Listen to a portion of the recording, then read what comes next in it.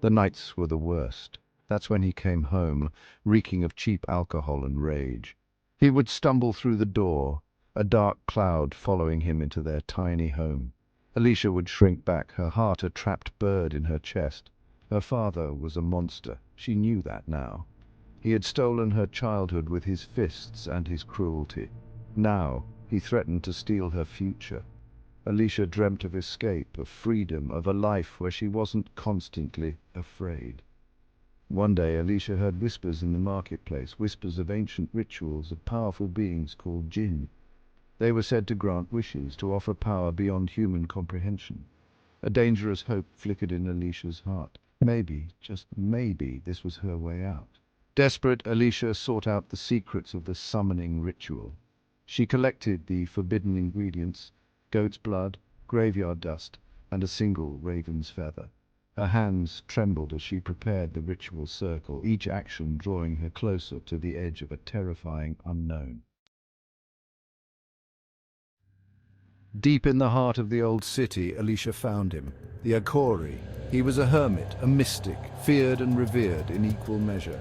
His eyes, deep-set and smouldering, seemed to see right through her.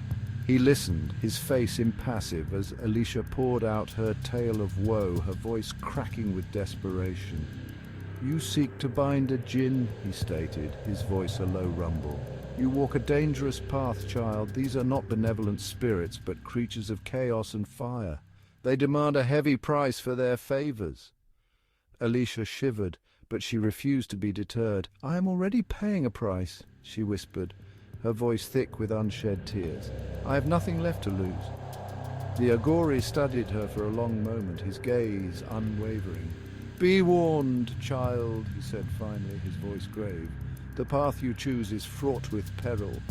You may find the power you seek, but it will come at a cost, and that cost may be more than you are willing to pay." His words hung in the air, a chilling premonition. Ignoring the Agori's warning, Alicia pressed on. As darkness fell, she stood within the center of the ritual circle. The air crackled with anticipation. With a heart pounding in her chest, Alicia began the incantation. The words felt strange on her tongue, ancient and powerful. The air grew heavy, suffocating. Shadows danced at the edge of her vision, twisting, writhing. Fear threatened to consume her, but Alicia clung to her desperation. She had come too far to turn back. Night after night she performed the ritual. Each night the entities grew stronger, their forms shifting, their eyes burning with malevolent intent. They whispered promises of power, of vengeance, of escape. Alicia felt herself being drawn deeper into their world, a world of shadows and whispers. One night the entities parted. In their midst stood a figure more terrifying, more beautiful than anything Alicia could have imagined. He was tall and imposing, his eyes glowing embers in the darkness. This was no mere entity, this was a Jinn, a being of pure, primal power. "You called," the Jinn said, his voice a silken whisper that sent shivers down Alicia's spine. "You offered a summons. Tell me, little human, what is it you desire?" Alicia looked into his eyes, and for a moment fear gave way to awe. He was power incarnate, and he was hers to command. Alicia poured out her heart to him. She told him of her father's cruelty, of her desperation, of her longing for freedom. The Jinn listened patiently, his expression unreadable. When she was finished, he reached out, his touch sending a jolt of electricity through her. "Very well," he said, his voice a caress.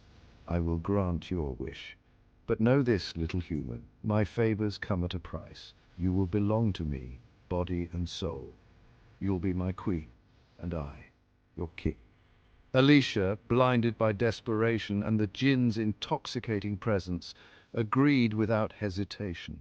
Their relationship was a whirlwind of dark passion and terrifying power.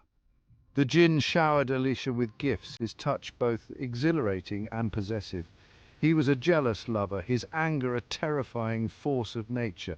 Alicia, initially intoxicated by his power, began to see the gilded cage for what it truly was. The Jinn's presence was a suffocating weight on Alisha's soul. He was always there, watching her, controlling her.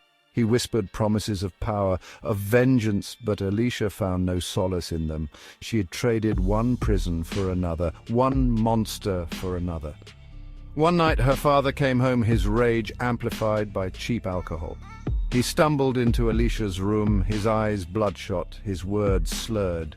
He raised his hand to strike her, but before he could make contact, the room plunged into an unnatural darkness. A wave of raw power slammed into her father, throwing him against the wall like a rag doll. He lay there, whimpering as the Jinn materialized in the center of the room. His eyes blazed with cold fury. "You dare," the Jinn hissed, his voice dripping with venom, "to lay a hand on what is mine." Her father, his face pale with terror, could only whimper in response. He had never known true fear until this moment. The Jinn's rage was a terrible thing to behold. He moved like a wraith, his form shifting, his eyes burning with cold fire. Alisha watched in horror as he closed in on her father, his hands crackling with energy. "No!" Alisha screamed, the word catching in her throat. "Please don't!" But her pleas fell on deaf ears. The Jinn was beyond reason, consumed by his possessive fury. With a flick of his wrist, her father's screams were cut short. Silence descended upon the room.